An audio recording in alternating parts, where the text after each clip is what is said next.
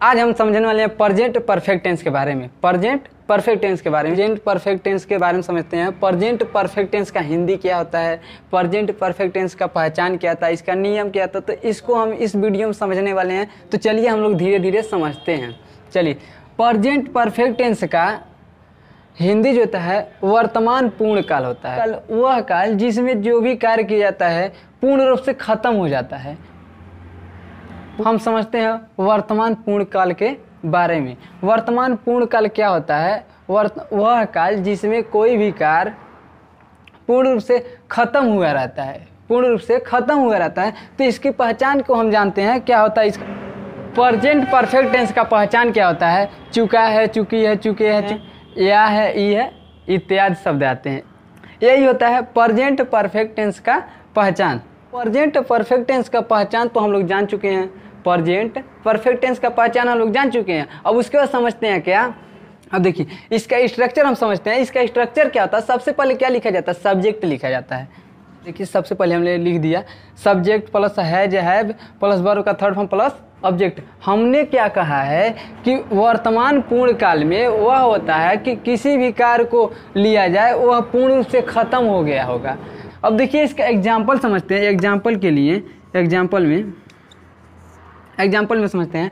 वह खा चुका है, वह खा चुका है,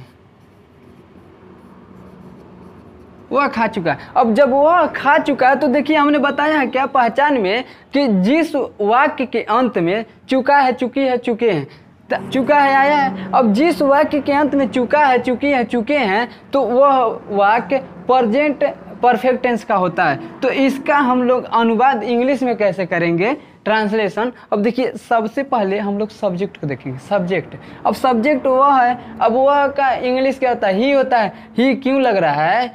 यह पुल्लिंग है, पुल्लिंग है तो इसलिए ही लग रहा है। अब देखिए, ही उसके बाद से हैज लगेगा क्योंकि एक वचन है। He has. अब खा चुका है तो मतलब खा चुका है, क्रिया कर रहा है, खा चुका है तो इसके लिए हमने क्या लगाएंगे? ईट। अब ईट हो गया EAT। अब देखिए EAT। अब इसका थर्ड फॉर्म क्या होता है? सेकंड फॉर्म होता है एट और थर्ड फॉर्म होता है ईटेन। ईट, एट, ईटेन। अब देखिए यहाँ पर लिख जाएगा ईटेन। ही हैज ईटेन, इसका इंग्लिश टेंस। वह खा चुका है, ही हैज ईटेन। हमने बोल दिया तो यह तो सिंगुलर नंबर के लिए लगता है। हैज जो होगा सिंगुलर नंबर के लिए लेगा, सिंगुलर नंबर के लिए। और हैव जो होगा प्लूरल नंबर के लिए, प्लूरल नंबर के लिए। अब देखिए, हैज जो होगा प्लूरल नंबर के लिए और हैज होगा सिंगुलर नंबर के लिए लेगा। तो सिंगुलर नंबर में आता है ही आ गया, ही हैज ईटेन। अब हमने बोल दिया तुम लोग खा चुके हो, और तुम लोग खा चुके तो तुम होगा, तुम लोग होगा, तो तुम लोग बहुवचन होगा, तुम लोग बहुवचन होगा। तो बताओ, तुम लोग बहुवचन होगा तो इसके लिए हम लोग क्या लगाएंगे? हेल्पिंग वर्ब हैव लगाएंगे क्योंकि यह बहुवचन की सब्जेक्ट है। तो यू हो गया, यू, और उसके बाद से क्या लगेगा? हैव लगेगा, यू हैव। अब खा चुके हो तो क्या होगा? Eaten, you have eaten. इतना हो गया। तो चलिए समझते हैं प्रेजेंट परफेक्ट टेंस का निगेटिव सेंटेंस। निगेटिव सेंटेंस क्या होता है?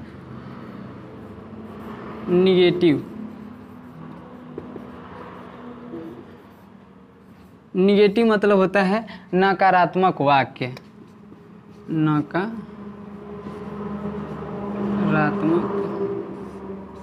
वाक्य। अब देखिए, नकारात्मक वाक्य क्या होता है?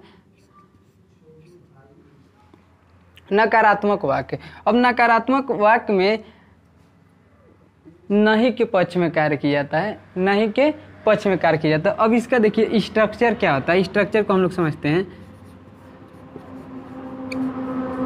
स्ट्रक्चर, अब देखिए इसके लिए स्ट्रक्चर हम समझते हैं। सबसे पहले क्या लगेगा? सब्जेक्ट प्लस हैज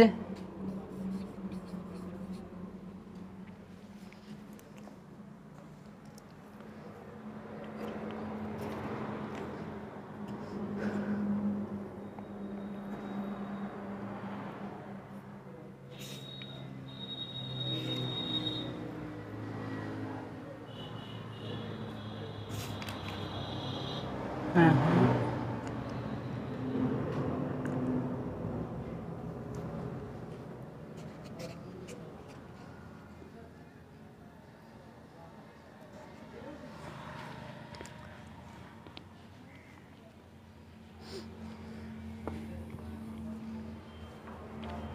हम लोग स्ट्रक्चर को जान लेते हैं। सबसे पहले क्या लिखा जाता है? सब्जेक्ट।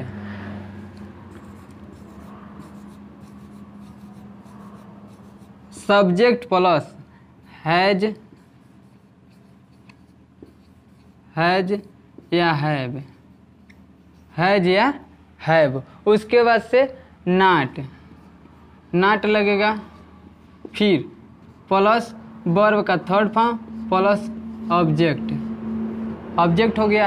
अब देखिए subject plus has have plus not plus verb का थर्ड फॉर्म प्लस ऑब्जेक्ट, ये तो हो गया प्रेजेंट परफेक्ट टेंस का निगेटिव सेंटेंस का स्ट्रक्चर। अब देखिए निगेटिव सेंटेंस का स्ट्रक्चर तो हम लोग जान चुके हैं। अब इसके बाद समझते हैं इसका एग्जाम्पल समझते हैं।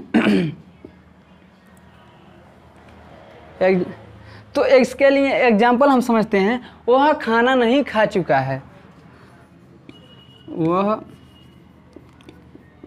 खाना नहीं खा चुका है, वह खाना नहीं खा चुका है। तो वह खाना नहीं खा चुका, तो हमने पहले क्या समझा है स्ट्रक्चर को। स्ट्रक्चर में सबसे पहले सब्जेक्ट लिखा जाएगा, सब्जेक्ट के लिए ही हो जाएगा ही। उसके बाद से सब्जेक्ट के अनुसार हेल्पिंग वर्ब लगेगा, तो हेल्पिंग वर्ब में हैज लगेगा।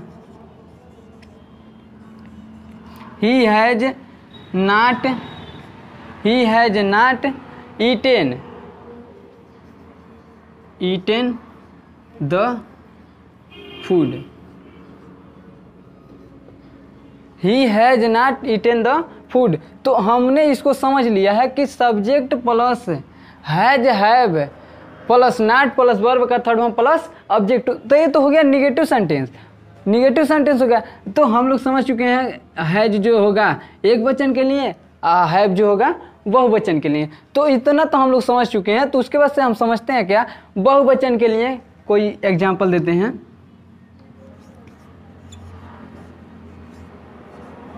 तुम सब नहीं जा चुके हो, नहीं जा चुके हो, तुम सब नहीं जा चुके हो। तो उसके बाद से सब्जेक्ट जो है बहुवचन का है, तो बहुवचन के लिए हमने लिख दिया यू हैव नॉट। जाने के लिए क्या लगा गो होगा, और गो का थर्ड फॉर्म क्या आता है गॉन।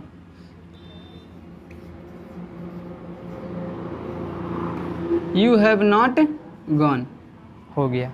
ये तो हो गया बहुवचन का। ये तो निगेटिव सेंटेंस समाप्त कर चुके हैं, निगेटिव सेंटेंस हम लोग समाप्त कर चुके हैं। उसके बाद से समझते हैं interrogative sentence. Okay, interrogative sentence को हम समझते हैं। इंट्रोगेटिव सेंटेंस क्या होता है? इसमें कब क्यों कैसे का प्रश्न पूछा जाता है, इसको हम समझते हैं। इंट्रोगेटिव सेंटेंस दो प्रकार का होता है, सब लोग जानते हैं दो प्रकार का इंट्रोगेटिव सेंटेंस होता है। तो देखिए सबसे पहले जब वाक्य क्या शब्द से शुरू होता है तो उसके लिए क्या नियम होता है, और जब वाक्य के बीच में क्या कब क्यों कैसे आ जाता है तो उसके लिए क्या नियम होता है, इसको हम लोग समझते हैं। के लिए पहले नियम के लिए हम लोग समझते हैं हैज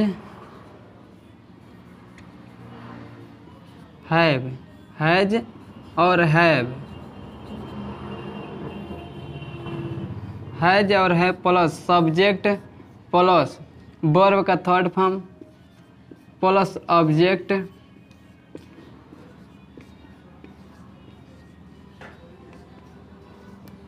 अब देखिए पहले नियम के लिए यदि वाक्य क्या शब्द से शुरू होता है तो उसके क्या शब्द से जब शुरू होता है तब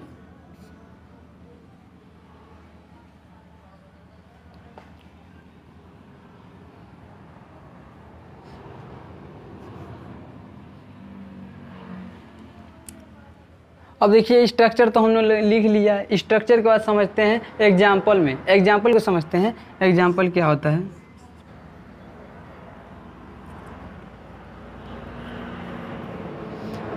अब हम लोग समझते हैं एग्जाम्पल को समझते हैं।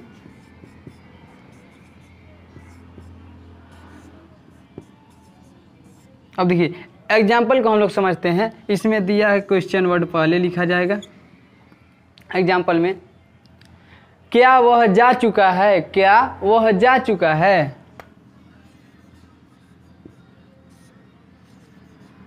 क्या वह जा चुका है। अब देखिए पहले स्ट्रक्चर के लिए हमने लिखा है क्या वह जा चुका है, तो सबसे पहले दिया है प्लस सब्जेक्ट प्लस वर्ब का थर्ड फॉर्म प्लस ऑब्जेक्ट फिर क्वेश्चन मार्क। अब देखिए इसमें क्या किया है, क्या वह जा चुका है, तो सबसे पहले सब्जेक्ट के अनुसार हम हेल्पिंग वर्ब लगाएंगे। हेल्पिंग वर्ब, तो हेल्पिंग वर्ब क्या होगा, हैज लगेगा, तो लिख देंगे हैज। फिर उसके बाद से सब्जेक्ट क्या है, एक वचन का है, तो ही होगा, हैज ही। जा चुका है, तो जाने का इंग्लिश क्या होता है, गो। अब गो का third form gone, he has gone. अब देखिए ही हैज गॉन, उसके बाद से क्वेश्चन मार्क जरूर लगेगा। क्वेश्चन मार्क हो गया। अब क्वेश्चन मार्क के बाद अब देखिए ये तो हो गया। अब हम समझते हैं क्या दूसरे नियम का। सबसे पहले आया है क्या, क्वेश्चन वर्ड प्लस हैज है प्लस सब्जेक्ट प्लस वर्ब का थर्ड फॉर्म प्लस ऑब्जेक्ट। सबसे पहले क्वेश्चन वर्ड को हम जरूर लिखेंगे। सबसे पहले हम लोग क्वेश्चन वर्ड को जरूर लिखेंगे। Question word plus has, have plus subject plus verb का third form plus object plus question mark. अब देखिए इसमें हम क्या लिखते हैं, दूसरे नियम के लिए लोग दूसरे नियम के लिए समझते हैं। तो देखिए इसमें आ गया वह कहाँ जा चुका है, वह कहाँ जा चुका है, वह कहाँ जा चुका है। अब देखिए वह कहाँ जा चुका है, तो जब वह कहाँ जा चुका है तो बीच में आया कि नहीं, कब क्यों कैसे आ जाए, तो उसके लिए हम लोग क्या समझते हैं, कहाँ कब क्यों कैसे यदि बीच में आ जाए तो उसके लिए हम लोग समझते हैं क्वेश्चन वर्ड प्लस हैज है प्लस सब्जेक्ट प्लस वर्ब का थर्ड फॉर्म प्लस ऑब्जेक्ट। अब देखिए वह कहाँ जा चुका है, तो सबसे पहले हम लोग कहाँ का इंग्लिश लिखेंगे, वेयर। फिर उसके बाद से क्या लिखेंगे, हेल्पिंग वर्ब सब्जेक्ट के अनुसार, where has he gone, question word. अब देखिए मान लीजिए अगर बोल दिया जाए कि एक वाक्य आया है, एक वाक्य दे दिया जाए आपको, अब बोल दिया जाए कि एक वाक्य से आपको 5 वाक्य बनाना है, एक वाक्य से आपको 5 वाक्य बनाना है, उसको आप बना कर दिखाइए, और वो भी किस नियम के अनुसार, प्रेजेंट परफेक्ट टेंस के अनुसार, प्रेजेंट परफेक्ट टेंस के अनुसार। अब इसको बनाइए। अब हम बता रहे हैं एक वाक्य से कैसे 5 वाक्य बनाते हैं, इसको समझाते हैं। देखिए पहले हम एक वाक्य ले लेते हैं, कोई भी वाक्य आपको दे दिया जाए तो आप उसको, कोई भी वाक्य आपको दे दिया जाए तो उसको बनाइए। हमने पहले ले लिया है मैं जा चुका हूँ, मैं जा चुका हूँ। अब देखिए मैं जा चुका हूँ, अब तो ये तो वर्तमान पूर्ण काल का है, यानी प्रेजेंट परफेक्ट टेंस का है, तो इसको हम लोग 5 प्रकार से बनाएंगे। 5 प्रकार से बनाना है, तो 5 प्रकार से बनाना है तो इसको देखिए सबसे पहले तो यह बन गया, एक यह हो गया मैं जा चुका हूँ, तो एक प्रकार तो खुद है, एक प्रकार यह खुद है, मैं जा चुका हूँ। आई हैव, उसके बाद से गॉन, मैं जा, ये तो खुद है, मैं जा चुका हूँ, आई हैव गॉन, यह एक हो गया। दूसरा प्रकार के लिए उसके बाद से हम इसको क्या करेंगे, निगेटिव कर देंगे। अब देखिए निगेटिव कर देंगे, निगेटिव के बाद क्या होगा, मैं नहीं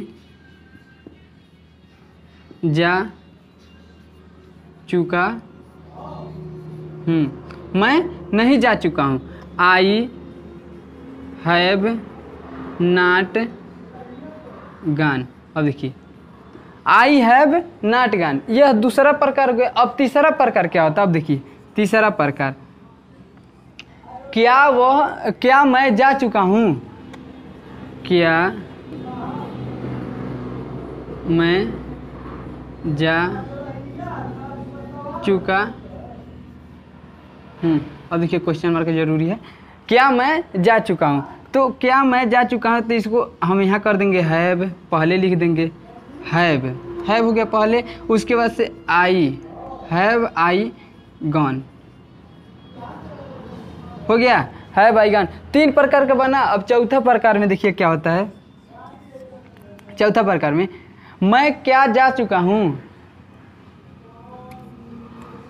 मैं क्या जा चुका हूँ, मैं क्या जा चुका हूँ। तो पहले लिखेंगे हम क्या शब्द की इंग्लिश,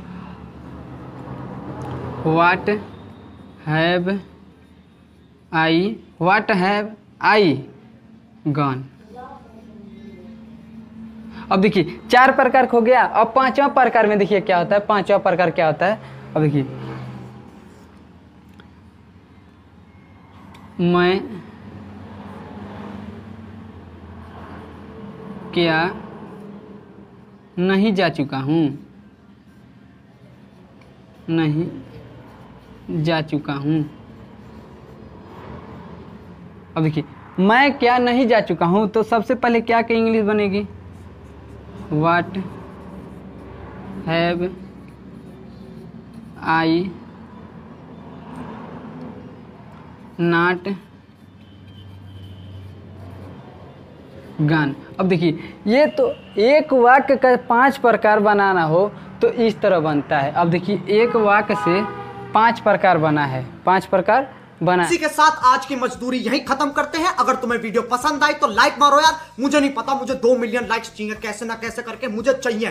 इतना जिला मैं कभी नहीं होऊंगा अपनी पूरी जिंदगी में जितना इसमें जिलाऊं, मुझे चाहिए ही चाहिए। तो लाइक मारो, और अगर तुम लोग नए हो तो सब्सक्राइब करो। वो जो लाल वाला बटन है उस पर फूट फेंक के मारो या फिर मोमबत्ती, मुझे नहीं पता, बस क्लिक हो जाना चाहिए। अब मैं भी जा रहा हूं, मुझे पैसों के पीछे भागना है।